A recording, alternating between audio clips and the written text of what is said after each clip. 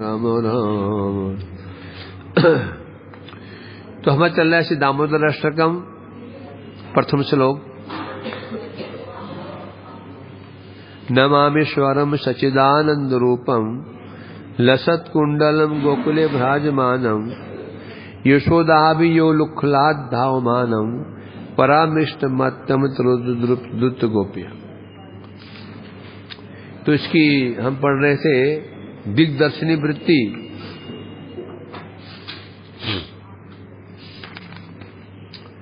इसमें कल श्रवण किया हम लोगों ने परसों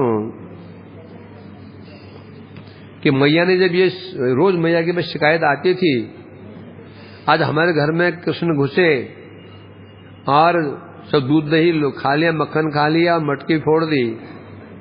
रोज की ये शिकायतें सुनते सुनते यशोदा मैया चिंता करने लगी, ये कैसे हो रहा है? हमारे घर में अभाव तो है नहीं है, इतना मक्खन होता है। निश्चय ही हमारे घर में मक्खन होता है वो स्वादिष्ट नहीं होता, मीठा नहीं होता, खट्टा होता होगा। क्योंकि उन घरों में स्वयं गोपियां स्वयं मक्खन बनाती हैं, दूध निकालती हैं, दूध गर्म करती हैं, जमाती हैं, दही मक्खन निकालती हैं, और हमारे घर में दासी काम करती हैं। तो अब मैं स्वयं आज अपने हाथों से मक्खन दूध निकालूंगी, दही जमाऊंगी और दही को भी बिलोऊंगी अपने हाथों से। ऐसे विचार करके, क्योंकि अगले दिन दिवाली थी, दीपावली, तो जितनी दासियां थी दासियों को कहा तुम लोग घरों में जाओ और जाकर दीपावली की तैयारी करो, उत्सव मनाओ। आज मैं छुट्टी है, आज मैं स्वयं काम कर लूंगी। तो मैया ने उस दिन एक दिन पहले संध्या के समय जितनी उत्तम कोटि की गायें थी, मंगला, गंगा, पिशंगी, पद्मगंधा गायें थी, चुन चुन के उन गायों का दूध निकाला, दूध को उठाया, मतलब गर्म किया अच्छी तरह से। अब दूध में फिर उनको दही बनाने के लिए दूध को ठंडा किया, शीतोष्ण दूध। गर्म दूध में दही डाल दोगे तो जमेगा नहीं, ठंडा होगा दही डाल तो भी नहीं जमेगा। दूध कैसे होना चाहिए? शीतोष्ण, कुछ गर्म हो, गुनगुना दूध हो तो उसमें दही डालोगे, बढ़िया दूध और दही जम जाती है। मुझे अभी तो ग्वाली नहीं है ना, जरूर राजा रानी जरूर है तो ग्वाली नहीं, उन्हें पता है। उन्होंने बढ़िया ढंग से दही जमाई और रात को दही जमा के सो गए बड़े उल्लास से, बड़ा उल्लास है।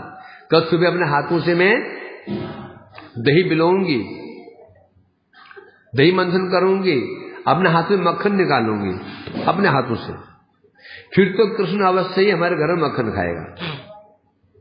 रात बेचारी को रात को नींद भी नहीं आई, कब प्रातःकाल हो, कब प्रातःकाल हो, कब प्रातःकाल हो, करवट बदल के इधर उधर। जैसे घोर घोर हुआ, कुछ कुछ पौ फटी, जानते पौ फटी क्या होता है? पौ फटने क्या होता है? हल्का सा उजाला होना शुरू हुआ, उड़ गई, स्नान किया, स्नान करके रेशमी वस्त्र, बड़े सूक्ष्म रेशमी वस्त्र धारण किए, पूरा श्रृंगार किया, चुटियां बनाई, उसमें चुटियों में फूल की माला गूंथ ली, पूरा श्रृंगार आदि करके। हैं? अब प्रश्न उठता है, दही मंथन करना तो ये श्रृंगार क्यों? दही मंथन में पसीना भी निकलेगा, बाद में काम करना चाहिए, सब काम धाम करके श्रृंगार करना चाहिए। घरों माताएं क्या करती हैं? काम धाम करने के पश्चात तो आराम से नहा धोकर तब श्रृंगार करती हैं, ये करते हैं ना? नहीं, क्यों? मैया को क्या करना है? क्या करना है? मक्खन निकाल, कृष्ण के लिए मक्खन निकालना है, शुद्ध होकर के। बड़े आनंदित हैं, उठी तो देखा कृष्ण भी बड़े मजे में आराम से खराटे ले रहे हैं, सो रहे हैं। बड़े धीरे धीरे उठी, धीरे धीरे, कहीं जग गया फिर सब काम बेकार हो जाएगा, कुछ करने नहीं देगा। और कृष्ण कैसे कृष्ण सो कैसे रहे थे? मैया की भुजा पर उनका सिर था, भुजा पर सिर होगा उनका, बच्चे सोते कैसे हैं? एक टांग होगी माँ के ऊपर, बच्चे सोते ना, एक टांग माँ के ऊपर, या ये हाथ माँ के ऊपर, बच्चे सोते हैं। बड़े धीरे से उनको हाथ को बड़े हाथ से उठाया होगा, धीरे धीरे धीरे धीरे उनके सिर को उठाया होगा, फिर उठी होगी, फिर देखा, फिर मुड़ के देखा होगा, उड़ तो नहीं गया। जब आराम कृष्ण से हो रहे हैं, मैया स्नान घर में गई, स्नान आदि किया, श्रृंगार किया, और बस जहां दधि मंथन का स्थान होता है वहां पर चली गई। एक खंबा होता है, उस खंबे में 2 रस्सियां होती हैं, एक ऊपर एक नीचे। उन रस्सियों में उस मथानी को डाल देते हैं। नीचे बड़ा मथानी का बड़ा बर्तन होता है, इन्हें बड़ा बर्तन होता है, उसमें डालते हैं। फिर उसमें फिर जो रस्सी को, वो मथानी को फिर खींचते हैं। तो जहां पर वो स्थान निश्चित होता है, जहां तक नहीं होता, वो एक निश्चित स्थान होता है, वहीं पर दही मंथन किया जाता है। अब उसमें दही डाला और मंथन शुरू कर दिया। बड़े आनंद से मंथन कर रही हैं।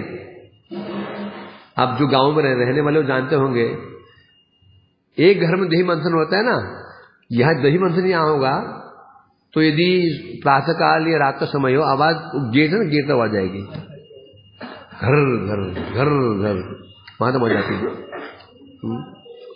जब दही मंथन करने लगी और कृष्ण का स्मरण भी हो रहा है और उन्मत्त तन्मय होकर के मुख से क्या कर रहे हैं? गाना गा रही हैं, कीर्तन कर रहे, कृष्ण के संबंध में गाना गा रही हैं। अब मुख से क्या हो रहा है? गान हो रहा है, गीत गा रही हैं। और जो उसमें जो दही मंथन के पात्र में जो वो रौली भी कहते हैं, मथानी में रौली भी कहते हैं, हमारा रौली कहते हैं उसको। मथानी जो चलती है ना, आवाज आ रही है, कैसे बात? घर घर, मानो मृदंग बज रहा है, घर, और मृदंग बज रहा है। और जो जहां वो जो रस्सियां, उसमें ये रस्सियां लिपटी होती हैं, जब रस्सी खींचते हैं ना दोनों से, रस्सियां आवाज करती हैं, तो खींचते हैं, एक अद्भुत शब्द होता है, च्वाई च्वाई च्वाई से आवाज होता है। तो मानो मैया तो कीर्तन कर रही है और मथानी मृदंग हो गई, बड़ा साइड ढम ढम। और जो बाएं साइड क्या है? मानो वो जो ऊपर मथानी हो रही है ना, आवाज कर रही है, एक मोटी आवाज, एक पतली आवाज। एक तो मृदंग मोटी आवाज है, मोटी आवाज होती है, किस तरह होती है? बाएं साइड, दाएं साइड पतली आवाज होती है। तो मथानी अग्रभाग से तो मृदंग मोटी आवाज आ रही है और ऊपर के भाग से पतली आवाज आ रही है। अब क्या कमी रहेगी? करताल कहाँ आया? जो चूड़ियां पहन रखी मैया ने, चूड़ियां पहन करके कर रही हैं, चूड़ियां बज रही, खन खन खन खन खन खन खन खन, उन्मत्त होकर के कीर्तन चल रहा है। और क्या गा रही हैं? उलुखले स्मित तंडुलाश्च संघंटयन्तो मुशले प्रमुग्धा गायन्ति गोप्यो जनितानुरागा गोविंद दामोदर माधवेति गोविंद दामोदर माधवेति गोविंद दामोदर। गान भी कृष्ण कर रही है। बोला कृष्ण गान क्यों करे? क्या कृष्ण भगवान मान रहे? क्या कृष्ण गान क्यों गा रहे? कृष्ण भगवान मान रहे? क्या नहीं मान रही है? पुत्र के प्रति इतना प्रेम है, पुत्र की महिमा गान कर रही है, उन्मत्त है। अब उधर कृष्ण की नींद टूटी, आवाज कानों में गई, घर घर की आवाज, नींद टूटी। पहले बच्चे उठते नहीं, आंख बंद किए कि इधर हाथ मारते, उधर हाथ मारते हैं, टटोलते हैं। अब आंख नहीं खोलते, आंख बंद किए, यहाँ टटोला वहां टटोला, कि मैया कहाँ चलेगी, भूख तो लगी है ना। बच्चों रात को डाइजेशन अच्छा हो जाता है बच्चों का, करते कुछ नहीं है, डाइजेशन बढ़िया हो जाता है। तो यह हाथ मारा, वहां हाथ मारा, मैया तो है ही नहीं। उठ के बैठे, फिर बच्चे क्या करते हैं, धीरे धीरे फिर आंखें मतलब उनके हाथ ऊँ करते ना, ऊँ करते हैं, उससे पहले ऊँ करते हैं कि मैया सुन के आ जाएगी। मैया तो और व्यस्त है, उसकी आवाज इतनी तेज आवाज हो रही थी मथाने की, किसी ऊँ सुनाई नहीं पड़ी। अब उतरे कैसे? उतर नहीं पा रहे हैं। किसी ने खाट से खाट की ऊंचाई कितनी होती है? 1.5-2 फुट, 2 फुट लगाओ, उतर ही नहीं पा रहे नीचे। अब उतरे कैसे? बड़ी मुश्किल से पहले पलटे, फिर पैर नीचे लटकाए, फिर पेट के बल आधे नीचे आधे ऊपर, 20 मिनट लटक गए। फिर जोर लगाया थोड़ा सा, पैर जमीन को स्पर्श किए, फिर उतरे वहां से के। अब सोच रहे मैया आवाज कहां से आ रही है? जहां से आवाज आ रही थी मैया, फिर वहां जा रहे हैं धीरे धीरे, गिरते पड़ते, आंखें मलते हुए। नींद बच्चे कैसे चलते हैं? कभी इधर गड़े, कभी यहां लड़खड़ाए, यहाँ के लड़खड़ाए, यहाँ लड़खड़ाए, यहाँ लड़खड़ाए, लड़खड़ाते हुए जा रहे हैं। और मुख से क्या निकल रहा है?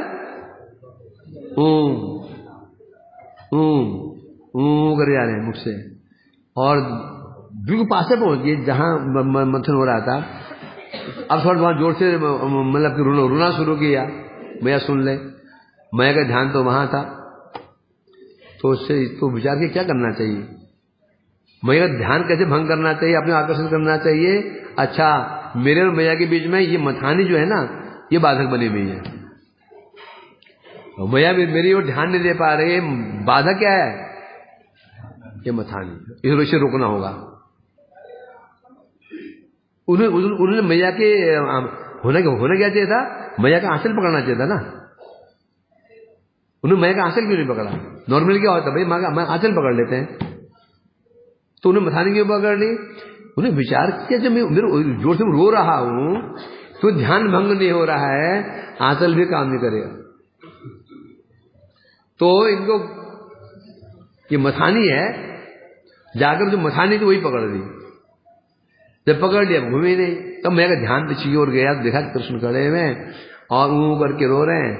बस सरक वो सब काम धाम छोड़ करके गोदी में लेकर वहीं बैठ गई कि रात में बच्चों भूख तो लगी जाती है, स्तन उनको गोदी में लेकर के आंचल से ढक करके स्तनपान करा रही थी।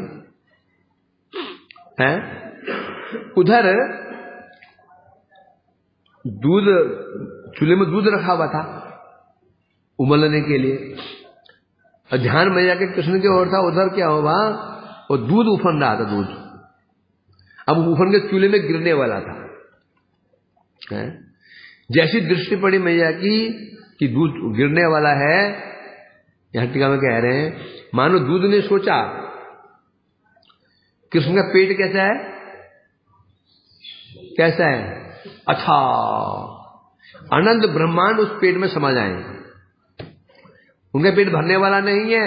और मैया का दूध, मैया के स्तन में दूध कितना है? क्षीर सागर निकला वहां से,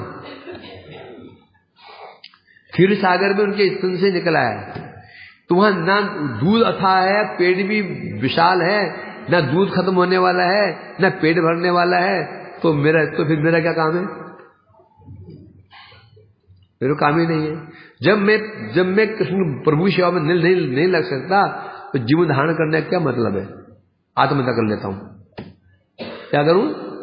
आग में जल करके आत्महत्या करता हूं। ऐसे जीवन में क्या मतलब है? जो प्रभु सेवा में ना लग पाया, मैं लगी नहीं पाया, तो क्या करूं जीवित रह करके? मानो सोच करके वो कूद रहा था। मैया परम दयालु है ना, मैया को बड़ी दया आ गई। एक वैष्णव अन्य वैष्णव की भावनाओं को जानता है, एक वैष्णव अन्य वैष्णव भाव जानता है। जैसे मेरे अंदर सेवा करने की इच्छा हो रही है, इसके अंदर भी हो रही है, समझ जाते हो। तो मैया ने विचार किया, अच्छा मैया समझ गई, दूध की मनोभावना को समझ गई। मन में विचार, ऐसा नहीं होना चाहिए, हे दूध चिंता मत करो, मैं तुमको भी सेवा में अवश्य लगाऊंगी। ऐसे विचार करके कृष्ण को नीचे उतारना चाहा। जब मैया की दृष्टि आग की ओर गई, कृष्ण दूध पीते पीते उन्होंने भी देख लिया था चूल्हे में दूध गिर रहा है। अब समझ गए था क्या होने वाला है, और समझ गए थे क्या होने वाला है। उन्होंने कैंची की तरह अपने पैरों को मैं की लपेट लिया और इसको मुंह से जोर से दबा लिया मुख में, और जोर से संज पकड़ लिए कि मैया अलग ना कर पाए मेरे को। समझिए मैया मुझे उतारने वाले, गो से उदय उतारने वाली है। कस के पकड़ लिया। और दूध चूल्हे में जा रहा, समय नहीं है। मैया ने पहले बाएं हाथ से खींचा उसको, ऐसे आराम से खींचा, उतरे ही नहीं, चिपट गए बंदर की तरह। बंदर कैसे चिपटता है, पूरा चिपट गया पूरी तरह से हैं। तो मैया को आया थोड़ा सा, उसे दूध गिर रहा था, बाएं हाथ से ही खींचा, नहीं पटक दिया, हट जाए और चले गए। अब कृष्ण का क्रोध, अच्छा मैया को मुझसे भी प्रिय दूध हो गया, मैया चली गई दूध निकालने के लिए। क्रोध आया, गुस्से में क्या होता है, होठ फड़कते हैं, गुस्से में होठ फड़कते हैं। मुझे होठ फड़कने लग गए। अब अभी रोना नहीं आता, अभी गुस्से में रोना नहीं आता, होठ फड़कते हैं। अब सोच क्या करूं, यहाँ देखा, वहां देखा, यहाँ देखा, वहां देखा, क्या करूं। इनमें उनको शिलबट्टा था, शिलबट्टा, वो बट्टा दिख गया। चतुर तो है ये, बुद्धि में आ गया क्या करना है मेरे को। मैं को ऐसे सबक सिखाऊंगा, दिखाता हूं। अब बट्टा हाथ में लेने सोचा कहां से मारूं उसको, तब समझ गया कि दूध दही आदि मंथन हो चुकी है, दही पतली हो चुकी है, तो नीचे मारूंगा ना थोड़ा सा। और मालूम क्या है, भरे बर्तन में थोड़ा भी टक होता ना, बर्तन टूट जाता है। मिट्टी के बर्तन जो भरा हुआ रहता है, थोड़ा भी जोर लगता टूट, आघात टूट जाता है। वो खाली होता तो जल्दी ना टूटे। मिट्टी की था वो पात्र, तो उठाया और बिल्कुल जड़ में मारा, जड़ में। पहले उठे ही ना, वो बट्टा भारी होता है, उठे ही ना। उठाया, बड़े उठा ही नहीं पाए, उठ पर नीचे मार दो टुक करके, और टुक मारा पे छेद हो गया और सारा दही। और बड़े मजे देखने खड़े होकर के। अब मजा आएगा, सोच रहे हैं। फिर याद आई, अब जो अब पिटाई भी तो होगी, अब पिटाई भी निश्चित है। अब क्या करूं। तो बेचारा है, जब एक अपराध कर दे, एक और कर देता हूं। एक कर दे, पिटाई तो होनी है, एक करो, दो करो। उन्हें पता था मैया ने अंदर मक्खन में रखा हुआ है, कल का मक्खन है वो, उसको भी काम करना चाहिए। अंदर गए, अंदर जाकर के पहले जो दरवाजा राजमार्ग की ओर था, पहले उसको खोल दिया। खोलते ही इसलिए बंदर को भी अंदर आ गए। बंदर नियम था इसमें, आंगन में बंदर कौवे रात भर प्रतीक्षा करते रहते थे, कब कृष्ण जगह आंगन में आए, उनका दर्शन हो। वो प्रतीक्षा करते रहते थे सुबह होते ही। जब गौचारण में जाते थे तो यहां माताएं ब्रजवासी प्रतीक्षा करते थे। संध्या के समय कृष्ण जब वहां से आते थे, जिन्हें वन्य पशु है ना, जंगली पशु हैं, मृग इत्यादि, जो ब्रज के बॉर्डर पर आकर के वही रहते थे, जाते नहीं थे। प्रतीक्षा करके कृष्ण जब आएंगे तो उनके साथ ही जाते थे, उनका नियम था। तो जब बंदर अंदर आए, कौवे अंदर आए, कृष्ण ने देखा कि छीके पर मक्खन रखा हुआ है, करे कैसे, क्योंकि ओखली है ना, ओखली को उल्टा रखा था। ओखली किसे कहते हैं, तो धान कूटते हैं ना, धान कूट, उसे ओखली कहते हैं।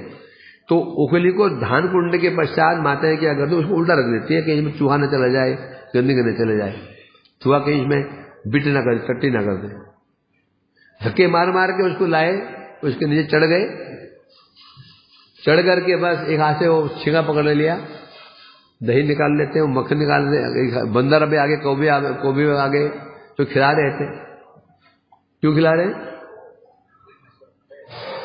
तुमने मेरी बड़ी सेवा की है, आ जाओ, मैं तुम्हें पुरस्कार देता हूं। अब मैया का मैंने दूध नीचे रखा, उसको दूध को सान के पानी की छींटे दिए, छींटे देते पानी के, दूध क्या हो जाता है, शांत हो जाता है ना। कि दूध चाहे कितना उफन क्यों ना रहा हो, रसोई क्या करते हैं, पानी के छींटे मारते हैं, दूध शांत हो गया। अब मैया वापस आई, सर्वनाश हो गया, पूरा दूध, पूरा दही नहीं फैले हुए, पूरा जमीन पर ही पूरा फैला हुआ दूध। और देखो नीचे टूटा भी हुआ है, बट्टा भी पड़ा हुआ है।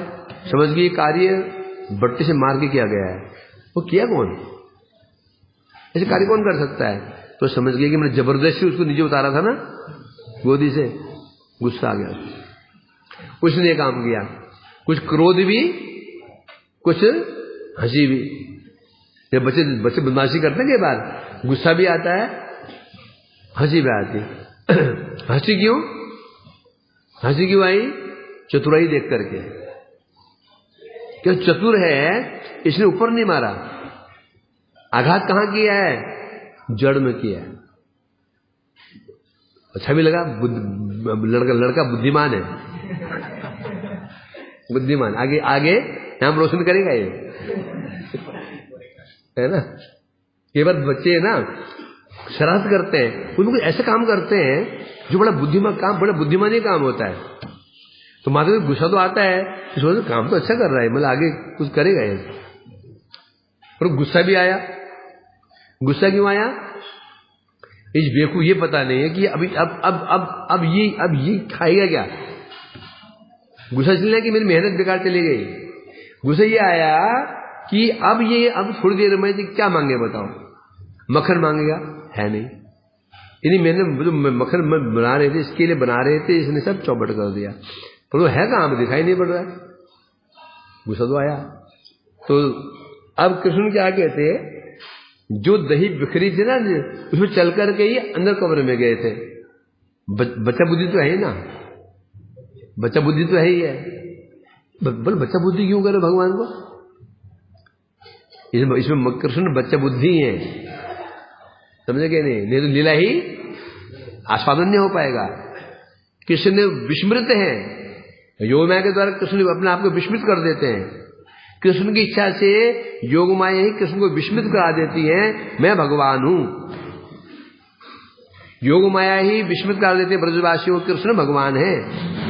यदि ब्रजवासी को पता ये याद रहे कृष्ण भगवान है, या कृष्ण को याद रहे मैं भगवान हूं, कि आस्वादन नहीं होगा। फिर वो केवल क्या हो जाए? अभिनय। क्या हो जाएगा? अभिनय हो जाएगा, आस्वादन नहीं होगा। अब अंदर चले गए।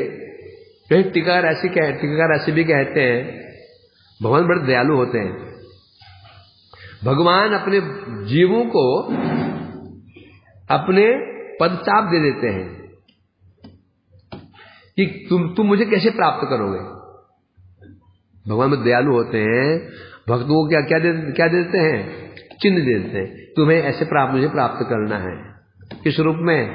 शास्त्र रूप में। शास्त्र को भेज देते हैं, गुरु को भेज देते हैं, वैष्णव को भेज देते हैं कि तुम मुझे कैसे प्राप्त कर सकते हो। सब छिप जाते हैं, छिपे में, परंतु मार्ग बता देते हैं। वो पद चिन्ह मानो वही कृष्ण जान के पद चिन्ह छोड़ दिए कि मैं यहीं से ही मेरे को खोजते हुए आएगी। पर शिक्षा हमको क्या शिक्षा है? भगवान कृपा करके परम दयालु है ना, जीवों के लिए रास्ता बना देते हैं कि तुम मुझे कैसे प्राप्त कर सकते हो। कुछ ऐसे लक्षण दे देते हैं, और जीव जब उनका जीव जब उसको पालन करता है तो कृष्ण प्राप्त कर लेता है। अंदर गई तो दिखा मुंह खुला का खुला रह गया। इतना अपराध करने के पश्चात भी वो डर ने इसको ओखली पे चढ़ कर के फिर बंदर को ऊपर का जो मक्खन था छिके में उसको भी नष्ट कर रहा है। अब कुछ थोड़ा चिंता भी लग गई थी। चिंता क्यों लग गई थी? कि भाई अभी से चीज चोरी करने का अभ्यास पड़ गया। इतना ढीठ इसमें ढीठ क्या बन गया? ये ढीठ बन गया। अभी से बनना है तो आगे क्या करेगा ये? कुछ चिंता में लग गया, चिंता भी हो गई थी। अभी ऐसे ढीठपना कर रहा है, कोई डर नहीं इसको, तो आगे क्या बनेगा ये? आपसे इसको दंड देना ही पड़ेगा, इसको शासन करना पड़ेगा। अब कृष्ण खिला रहे हैं बंदर को, बार बार गेट की ओर देख रहे, मैया आती नहीं गई। मैया सब देख रही है, मैया दरवाजे पीछे खड़ी चुप खड़ी हो गई। जैसी कृष्ण दृष्टि, कृष्ण का मुख कोई मटकी की ओर गया, मैया एक कदम अंदर आगे करके दरवाजे के पीछे खड़ी हो गई, अंदर घुस गई, जिसे थोड़ा रह गया था। फिर कृष्ण बाबा पीछे को मुड़ के देखते हैं, फिर जब देखते मटकी की ओर, मैं एक और आगे बढ़ गई, बस एक हाथ दूरी रहेगी, बस अब पकड़ ही लेंगे, भैया पकड़ लेंगे। और बंदर भागे, और बंदर को भी भाग रहे थे, समझ के मैया आ गई है पास में, तो कूद पड़े, कूद के भागे वहां से। अब यहां कह रहे हैं, टिकम बता रहे हैं साधकों की भी ऐसी उत्कंठा होनी चाहिए। अब इसमें अब साधकों को शिक्षा कहां से मिलेगी? साधकों को शिक्षा कहां से मिलेगी? क्या कृष्ण से, कि मैया से, दूध से?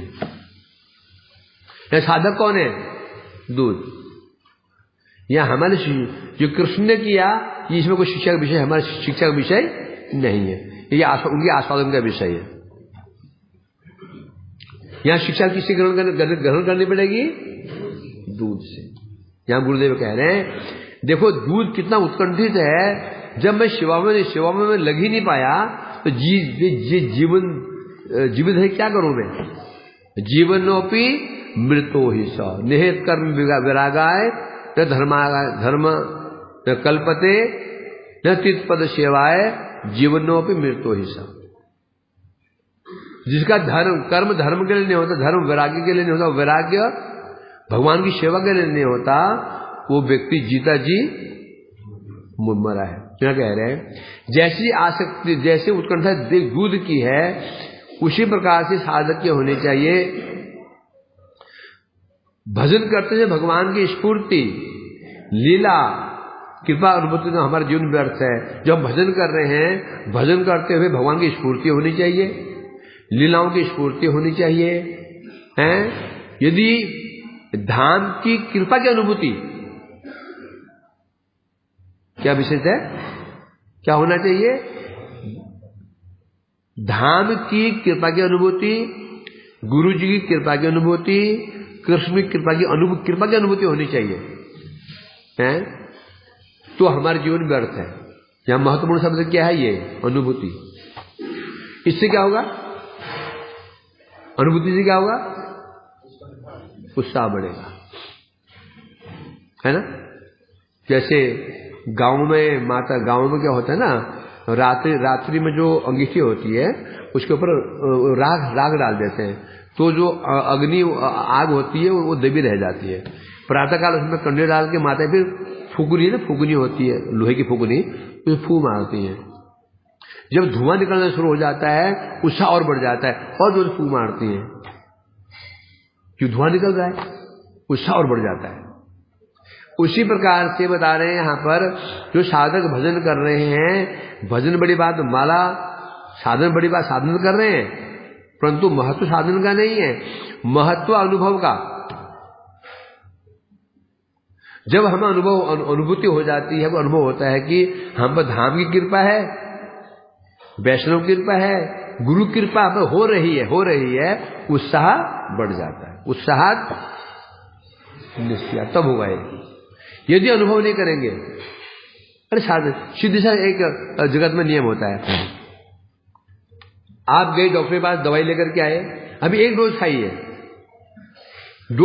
एक डोज खा दिए, 1 घंटे बाद हम क्या करते हैं? करते नहीं करते सर? नहीं करते क्या सर? अभी एक डोज खाई, केवल एक डोज, हम एक डोज खाते हैं, हम क्या चेष्टा करते हैं? अनुभव करने की चेष्टा करते हैं कि मैं तो ये करता हूं, तुम्हारा पता नहीं मेरे को। क्या ऐसे नहीं करते? हम लोग ऐसे करते हैं, हैं? यदि काम कर रहा है तो उत्साह बढ़ जाता है कि नहीं? 2 डोज कुछ नहीं हुआ तो बोलते दवाई बेकार है। खाने की इच्छा ही, खाने की उत्कंठा खत्म हो जाती है। यदि काम हो रहा है तो फिर व्यक्ति प्रतीक्षा करता है कब शाम हो, सेकंड डोज खाऊं। ऐसा होता ही नहीं होता। यदि कुछ नहीं हो रहा है फिर खाने को उत्साह खत्म हो जाता है, दवाई खाता है नहीं, दवाई ऐसे पड़नी रहती है। उसी प्रकार से बता रहे हैं, साधन भजन का महत्व कब है? जो हम साधन कर रहे हैं, महत्व कब है? यदि हम अनुभव कर रहे हैं तो प्रतिदिन अनुभव करना होगा कि कल जो मैं साधन किया कल मुझे कल से और आज में क्या अंतर पड़ा, अनुभव क्या हुआ। जो अनुभव नहीं करता तो समझो उसकी इच्छा भजन करने की है ही नहीं। जो अनुभव ही नहीं कर रहा है कि कल में और आज में कितनी उन्नति हुई है, जो अनुभव नहीं कर रहा है तो ये जड़ है। ये उनमें से हो गया तो ठीक है, नहीं हुआ तो गाड़ी चली रही है।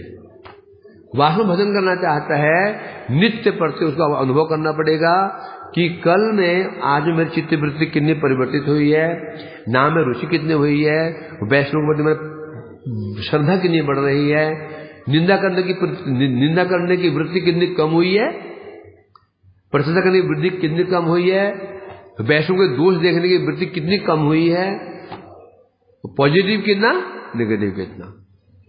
तो समझो ये साधक है। साधु का ये लक्षण है, करे जा रहे, दवाई खाए जा रहे, 20 दिन दवाई खा रहे, 2 महीने दवाई खा रहे, सोचा ही नहीं कोई लाभ हो भी रहा कि नहीं हो रहा है। उस व्यक्ति क्या बोला जाएगा, उसकी गिनती पागलों में हो जाती है। यहां तो बालक, यहां पागल, दो होते हैं, पागल या बालक। इसलिए कह रहे हैं यहां पर, जैसे कीर्तन हम सुनते हैं नूर ठाकुर जी का, पाषाणे कुटियो माथा अनिल पोषिबो गुणान गुणनिधि कोथा गिले पाबो। ऐसे होना चाहिए, ऐसी उत्कंठा होनी चाहिए। उत्साह निश्चय धैर्याद तत्त प्रबंधन। भक्ति अंग पालन करने के लिए उत्साह निश्चय धैर्य होना चाहिए, तब वो साधन काम करेगा और साधन का फल हमें प्राप्त होगा। अब यहां बताया प्रसंग, यहां प्रसंग बसतः एक विशेष बात विचारणीय है। रूप गोस्वामी पाद जी ने उत्तमा भक्ति परिभाषा में कहा है, अन्याभिलाषिता शून्यम ज्ञान कर्मदनावर्तम आनुकूलेन कृष्णानुशीलनम भक्ति उत्तमा।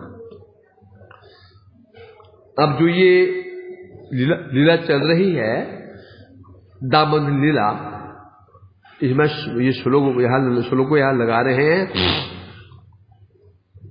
भक्ति के 2 लक्षण हैं, आप जानते ही हो, दोबारा बार तो जानते तो हैं, अनुभव नहीं है, इसलिए अनुभव करने बार बार सुनना पड़ेगा। बोले वो तो जानते हैं हम, आगे बोलो ना। और नहीं, जानते ही हैं, अनुभव नहीं हुआ है, ये बार बार सुनना पड़ेगा, बार बार सुनना पड़ेगा, बार बार सुनना पड़ेगा। है एक स्वरूप लक्षण, एक तटस्थ लक्षण, 3 लक्षण बता रखे हैं। अन्याभिलाषिता शून्यम 1, ज्ञान कर्माजनावर्तम 2, अनुकूल कृष्णानुशीलन 3। पहला क्या है, भक्ति कैसे होनी चाहिए, अन्याभिलाषिता शून्यम, किसी प्रकार की कोई कामना वासना नहीं होनी चाहिए, अहेतु की होनी चाहिए भक्ति, कोई कामना वासना नहीं होनी चाहिए। मुझे धन मिल जाए, जन मिल जाए, स्वर्ग मिल जाए, मोक्ष मिल जाए, कामना नहीं होनी चाहिए, एक लक्षण। दूसरा,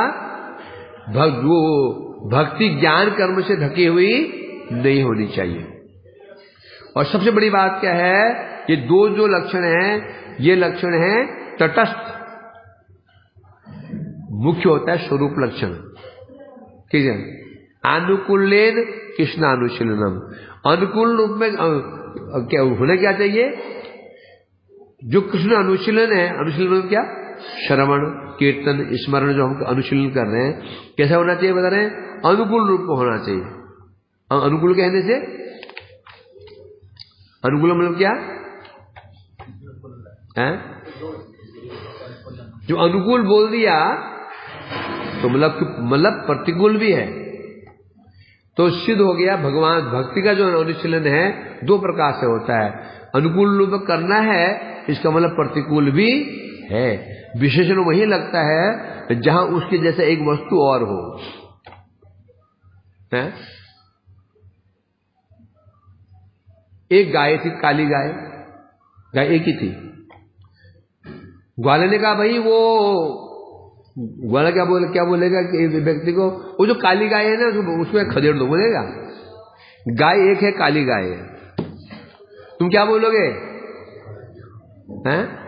क्या बोलोगे, वो काली गाय मेरी है बोलोगे क्या, क्यों नहीं बोलोगे, काली है ना वो तो, क्यों नहीं बोलोगे, काली गाय क्यों नहीं बोलोगे, कुछ बिहारी, गाय कहां पर है?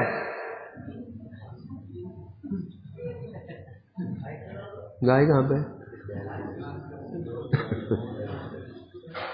काली गाय है, गाय एक ही है, मैं नहीं बोलूंगा। काली गाय को ले आओ, कब बोलूंगा?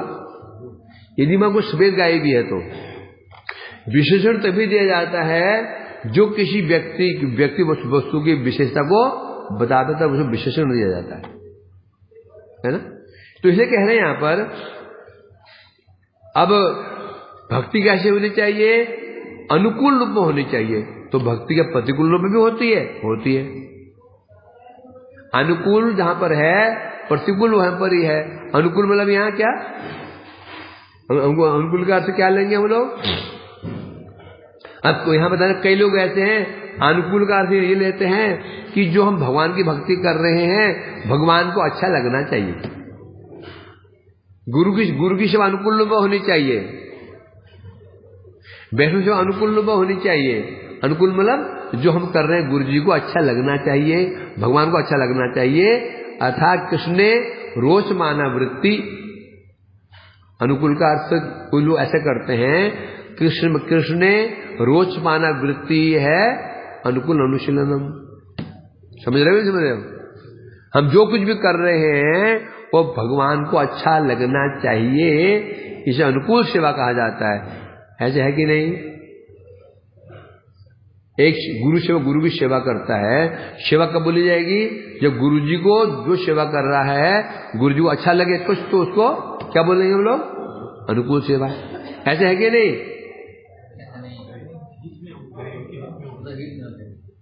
हाँ? पक्की बात है, ठीक। घोड़िया मठे चावल पेटे पड़े हैं,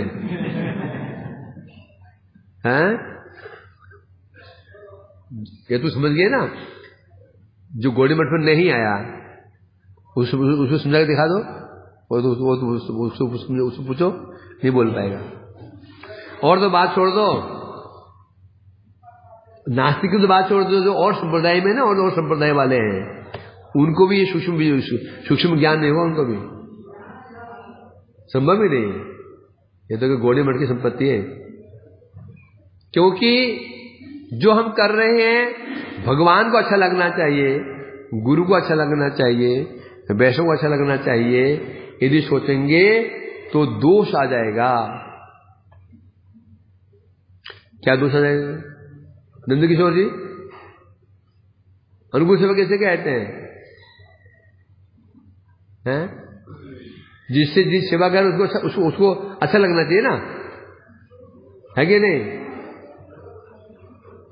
आप गुरुजी के लिए, आपने गुरुजी के लिए कोई बड़ी आइटम बनाया, बड़े खीर हलवा बना, हलवा। मुझे हलवा बहुत प्रिय है, गुरुजी बड़े मजे में खा रहे हैं। ये अनुकूल सेवा है कि नहीं है? हैं? अब नहीं है ना, अभी ये चावल अभी पेट में घुसा नहीं, अभी मुख में ही घुसा हुआ है। हैं? नहीं हो भी सकता है। गुरु जी को शुगर भी तो है, गुरु जी को शुगर भी है, कुछ चटोरे तो है ही है, शुगर भी है। अब तुमने हलवा दिया, गुरु जी का शुगर बढ़ गया है। ये सेवा हुई है? नहीं हुई सेवा। तुम्हारी सेवा क्या उनकी स्वास्थ्य के लिए प्रतिकूल हो गई। अनुकूल का एकदम अनुकूल माने तो समस्या खड़ी हो जाएगी।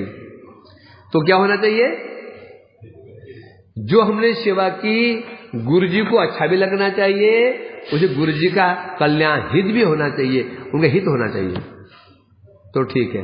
यदि उनका हित नहीं हो रहा है, अच्छा तो लग रहा है, और बीमारियों की विशेषता होती है ना, जो बीमारी होती है ना, उसमें जो नहीं खाने को बोला जाता है वो खाने की रुचि वही होती है, बीमारी की विशेषता होती है ना। तो अनुकूल इसमें क्या दोष है? इसमें दो दोष आ जाते हैं, एक अव्याप्ति दोष, एक अति व्याप्ति दोष। अव्याप्ति जहां पर व्याप्त नहीं है, मतलब दिखाई नहीं पड़ रही है। अव्याप्ति उसे कहते हैं जहां भक्ति दिखाई नहीं पड़ रही है। अति व्याप्ति जहां बहुत दिखाई पड़ रही है, अति दिखाई पड़ रही है।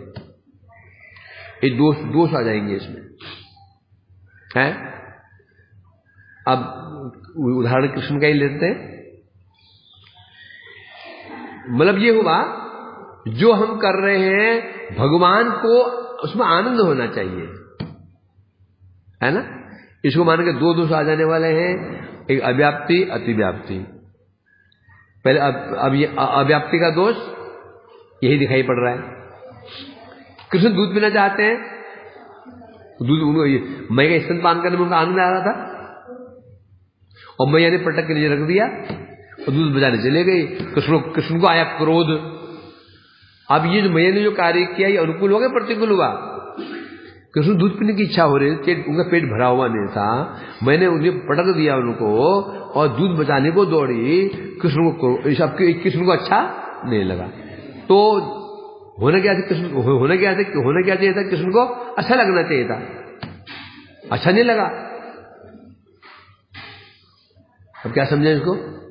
अभी यदि हम सोचे कृष्ण को अच्छा लगना ही भक्ति है तो यहां पर समस्या क्या जाएगी। तो मानना पड़ेगा यशोदा मैया के अंदर भक्ति है ही नहीं। यशोदा के अंदर भक्ति है ही नहीं। कहां भक्ति है। कृष्ण को दूध पीने की इच्छा हो रही थी, उनको पटक दिया, कृष्ण का मन खराब हो गया, उनको गुस्सा भी आ गया, तो मैया में भक्ति बिल्कुल भी नहीं है। जो मैया ने जो किया वो कृष्ण को अच्छा लगना चाहिए ना। अच्छा कृष्ण को कहां अच्छा लगा, उनका मन खराब हो गया। तो यहां पर तो ये यहां पर क्या दोष आ रहा है। जिसके अनुसार कृष्ण ने रोचमाना वृत्ति, अनुकूल अनुशील का अर्थ हम करते हैं। कृष्ण रोचमाना वृत्ति अर्थात जो कुछ कर रहे हैं हम, कृष्ण को अच्छा लगना चाहिए। यदि यही अनुकूल का अर्थ हुआ तो मैया क्या हो गई, अभक्त हो गई। क्या हो गई, अभक्त हो गई। सब ऐसे हैं। कुश्ती हो रही है, कृष्ण की जीतने की इच्छा है और शगाव ने पटक दिया उनको। कृष्ण हार गए बेचारे हैं। होना क्या चाहिए था। हनुमान जी और राम जी युद्ध करें, कभी कुश्ती करते हो। राम ने कहा आ जाओ अखाड़े में, दो हाथ कर लेते हैं। हनुमान जी क्या करेंगे, हाथ क्यों लड़ाएंगे बस। अपना भी नहीं गिर पड़ेंगे, राम जी को जिता लेंगे। हाँ उनको हराएंगे नहीं। क्यों, भक्ति है उनकी भक्ति। और शगा तो कृष्ण की छाती में चढ़ जाते हैं। चल तो हार गया, अब बन जा घोड़ा हमारा। ऐसी गोपियां कृष्ण की इच्छा हो रही है तो कुंज में घुस जाए, राधिका बोल नहीं बाहर भगाओ उसको, हटाओ उसमें। क्यों, भक्ति है क्या। कृष्ण की इच्छा मिलने की हो रही है और राधिका जी वो दोनों दुत्कार रहे, मान कर रही है, क्योंकि हाथ जोड़ रहे हैं और राधिका जी कठोर बनी हुई है। ये भक्ति है क्या।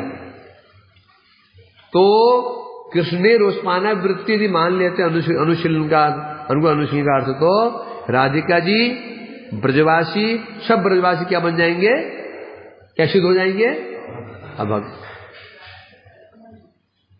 हमें कृष्ण की इच्छा के विरुद्ध काम करते हैं, नहीं करते ब्रजवासी, करते हैं ना, उनकी इच्छा के विरुद्ध काम करते हैं। अब वहां पर चारों मुष्टि की जब युद्ध मथुरा रंगमंच पे, हमारे मठ के पास ही तो मठ है ना हमारा, वहीं पर ही है वो वहीं पर वो युद्ध वहीं हुआ था। वहां जो रंगमंच में युद्ध हो रहा है, चारों मुष्टि कृष्ण के ऊपर प्रहार कर रहे, घुसे मार रहे हैं उनको घुस को प्रहार, घुसे पड़ रहे हैं कृष्ण को, उनको आनंद हो रहा है। कृष्ण क्या हो रहा है, आनंद। इसे कहते हैं भक्ति, इसे कह रहे हैं कि भक्ति, ऐसी भक्ति होनी चाहिए। कृष्ण को अच्छा लगना चाहिए, चारों मुष्टि प्रहार कर रहे हैं कृष्ण के ऊपर और कृष्ण को आनंद हो रहा है, मुख पर मुस्कुराहट है। तो अब तो क्या मान लें, चारों मुष्टि क्या हो गए, भक्त हो गए। किसके अनुसार, किसके अनुसार? कृष्णे रोचमाना वृत्ति। अनुकूल का अर्थ हम मान लेते हैं कृष्ण को अच्छा लगना चाहिए, तो चारों मूर्ति क्या बन गए? बड़े भक्त बन गए। कृष्ण कितना आनंदित है, प्रहार शरीर में हो रहा है और आनंद में युद्ध कर रहे हैं। और वहां पर युद्ध में ने पटक दिया, गुस्सा आ गया, तो इसे तो वहां पर क्या दोष आ जाएगा? इसे कहते हैं अति व्याप्ति दोष। अति व्याप्ति, जहां भक्ति अति दिखाई पड़ रही है। और एक तो जानते हो ना, अति माने इति। अति का अर्थ, अति का परिणाम क्या होता है? इति। मतलब क्या? जब अति होती है, इति मतलब समाप्ति पास में ही है। मतलब किसी चीज अति अच्छी नहीं होती है ना, अति मन होता है अत्यधिक, जो नहीं है वो दिखाई पड़ रहा है, अति कहते हैं उसे। अति अच्छी नहीं, मतलब अति अच्छी नहीं होती है। जो अति होती है वह इति भी हो जाती है। इति मतलब समाप्ति, खत्म। तो यहाँ क्या दिखाई पड़ रहा है? चारों मुष्टि में जो क्या दिखाई पड़ रही है? अति व्याप्ति भक्ति दिखाई पड़ रही है। किसके अनुसार?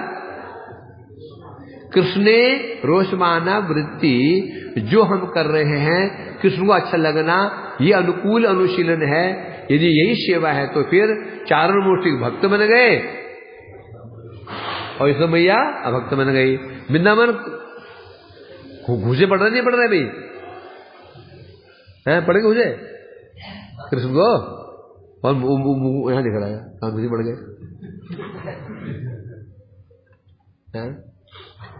परंतु ऐसा है नहीं, क्योंकि चारण मूर्ति का उद्देश्य क्या है?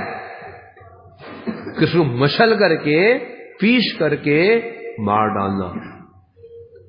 कृष्ण को मारना ही, कृष्ण को वध करना ही उनका उद्देश्य है। और मैं का उद्देश्य क्या था? कि मेरा दूध तो ये जब तक पी लेगा, मेरा दूध कहां भागे जा रहा है। परंतु गाय दिन में दूध अब तो देगी नहीं है, अब दूध देगी भी, सुबह देगी तो अब दूध में दही जमेगी, शाम तक जमेगी। अब थोड़ी देर में जब मक्खन दूध चूल्हे में चला जाएगा, फिर संदेश कैसे, फिर मिठाई कैसे बनेगी? थोड़ी की जब जाओ जाकर थन से दूध निकाल के ले आओ, ऐसा होता है क्या? क्या कि वो 2 बार दूध देती है, संध्या के समय और सुबह के समय। अब कैसे होगा?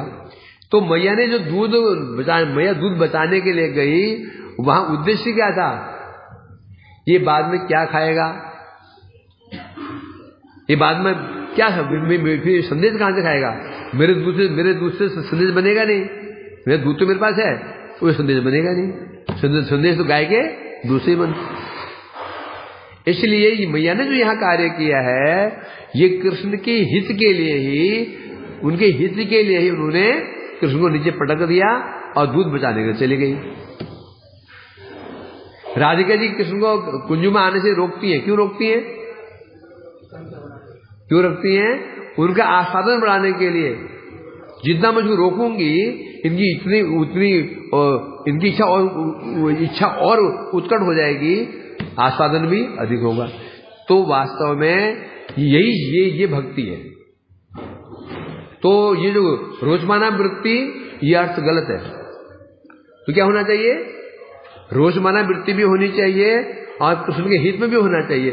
जो हम कर रहे हैं कृष्ण के हित में भी होना चाहिए, उनको अच्छा भी लगना चाहिए। अच्छा लगे ना लगे, हित में जरूर होना चाहिए। अच्छा, जैसे घर में हम क्या ना आपस में देखते हैं कि भाई शिष्य गुरु की सेवा करते हैं, माता बच्चों की सेवा करते हैं, उसको अच्छे लगे ना लगे, हित में तो अवश्य होना चाहिए। फिर अच्छा भी लगे तो अजूत में, अच्छा ना लगे तो फिर कोई बात नहीं, हित तो दिखना पड़ेगा। ये माता बच्चों को स्कूल भेज देते हैं, छोटे बच्चों को, वो रोते हैं बेचारे, जाना नहीं चाहते हैं, माँ करते हैं, तो जोर भेजते हैं इसको, है ना? तो क्या है, ये अच्छा नहीं लग रहा उसको, तो भी भेज रहे हैं। क्यों? उसके कल्याण के लिए। अभी बाद में बच्चा फिर स्वयं उसको अच्छा लगता है, वो अलग बात है। तो इसलिए कह रहे हैं यहां पर, तो यहां पर प्रसंग वशतः बता रहे हैं कि तो जो भक्ति ईश्वर मैया की है वास्तव में यही शुद्ध भक्ति है, यही अनुकूल अनुशीलन। हर विषय में ऐसा आएगा। आनुकूलेन गुरु अनुशीलनम गुरु भक्ति उत्तमा, आनुकूलेन वैष्णव अनुशीलनम वैष्णव भक्ति उत्तमा, आनुकूल नामानुशीलन अनुकूल नाम भक्ति उत्तमा। हर विषय में नाम भक्ति, गुरु भक्ति, वैष्णव भक्ति, नाम भक्ति, धाम भक्ति, जहां भक्ति का विचार होगा वहां यही मानना पड़ेगा अनुकूल रूप में होना चाहिए तो भक्ति है। तो यहां इसलिए कह रहे हैं, यहां पर उन्होंने गुरुदेव ने यहां बताया है। हाँ, इस प्रकार से और बहुत कुछ इसके अंदर है, इसके अंदर करेंगे जो ये हम अटके रह जाएंगे। और फिर किसी कूदे घर से बाहर भागे तो बताए जा चुके हैं। भैया उन्हें पकड़ने के लिए दौड़ी, पकड़ भी लिया उनको। है? अब यहां बता रहे हैं नमामि शब्द है, नमामि ईश्वरम सच्चिदानंद रूपम लसत कुंडलम गोकुले भ्राजमानम, है ना। यह नमामि शब्द कहा अपने स्तोत्र के प्रारंभ में अपने अभीष्ट की पूर्ति के लिए यहां पर सत्यव्रत मुनि अपने आराध्य की स्तुति मंगलाचरण के रूप में कर रहे हैं। पहले मंगलाचरण किया जाता है, हम क्या करते हैं, वंदे हम शिग्रोश, ये क्या है, ये इसमें मंगलाचरण का नाम क्यों पड़ा? मंगल आचरण, जो आचरण करने से जो हम काम करने जा रहे हैं वो मंगल पूर्वक सफल हो जाएगा। कोई भी हम काम करने जाते हैं मंगलाचरण क्यों करते हैं? जिससे कि योग निर्विघ्न रूप में बिना किसी बाधा के ये कार्य पूरा हो जाए, उसे मंगलाचरण कहते हैं। और मंगलाचरण 3 प्रकार का होता है, नमस्कार मूलक मंगलाचरण, वस्तु निर्देश मूलक मंगलाचरण, आशीर्वादात्मक। भागवत में 3 श्लोक है ना, जन्मादश, निगम कल्पत्रो और धर्म सौदिष्ट, धर्म प्रोजित, 3 है। मंगलाचरण 3 प्रकार से होता है। एक होता है नमस्कार प्रणाम मूलक, दूसरा होता है वस्तु, जिस मंगलाचरण में जो वस्तु हमारे जो वस्तु प्राप्त करना चाहते हैं उसका वर्णन किया जाता है, निर्देश किया जाता है, भाई मेरे प्रार्थ्य वस्तु यह है। तीसरा होता है आशीर्वादात्मक, कि आशीर्वाद जिससे मुझे प्राप्त हो, जिसे हमें प्राप्त हो जाए। 3 होता है। जैसे भागवत में क्या है, जन्मादस्य, ये नमस्कार, और क्या तो ये क्या है, वस्तु निर्देशक, और निगम कल्पत्रो आशीर्वाद मूलक। इसलिए कह रहे हैं यहां पर इसमें 3 है, नमस्कार मूलक, नमामि नमस्कार मूलक, फिर सच्चिदानंद रूपा, ये वस्तु निर्देशक मूलक। आगे क्लियर हुआ है। तो इसलिए कह रहे हैं सबसे पहले यहाँ नमामि शब्द के द्वारा कृष्ण नमस्कार कर रहे हैं। तत्व क्या है, कृष्ण कौन है, ये भी चला गया। कृष्ण का उत्कर्ष दिखाया गया पहले तत्व से, फिर रूप से, सौंदर्य से, फिर लीलाओं के द्वारा, फिर परिवार के द्वारा। बताया गया था ना। तो इसे कहते हैं तत्व क्या था, सच्चिदानंद, है ना। लेकिन ईश्वर कहने से कृष्ण ईश्वर नहीं है। कृष्ण को ईश्वर में नहीं, ईश्वर कृष्ण को वास्तव में परमेश्वर, ईश्वर नाम ईश्वरति, ईश्वर से ईश्वरति, परमेश्वर भगवान है। ईश्वर क्या हो, ईश्वर, अरे नहीं, पहला श्लोक स्तोत्र का, परम कृष्ण, ईश्वर परम कृष्ण कौन है, ईश्वर नहीं है, परम ईश्वर है? जैसा कि भागवत में कहा, एक श्लोक है, इसमें ईश्वर से कहा जितने भी ये एते चांस कला वेद व्यास जी ने जहां पर 24 अवतारों का वर्णन किया, द्वितीय शब्द में चला गया नहीं, हम पढ़ चुके हैं।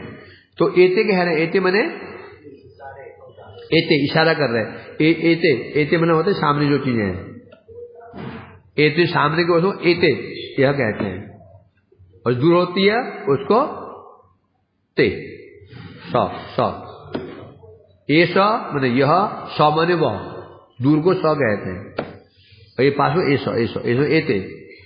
जितने भी अवतार हैं इशारा कर रहे हैं, ये एते जितने अवतार हैं, ये 24 अवतार, ये कौन है, कौन है बता रहे हैं, पुंसः अंश कला।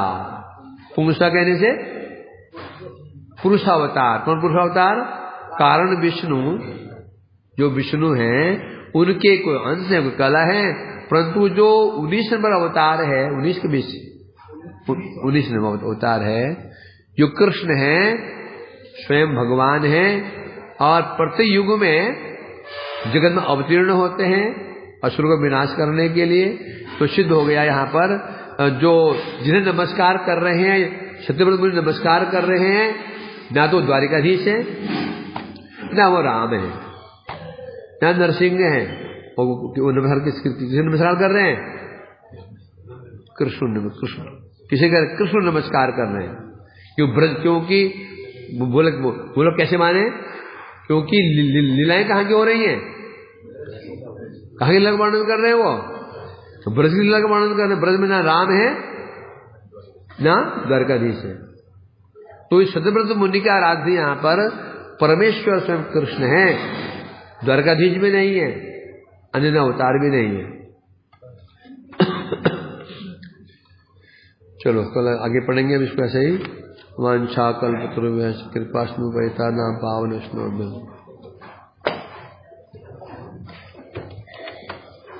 बोलो भैया, हैं?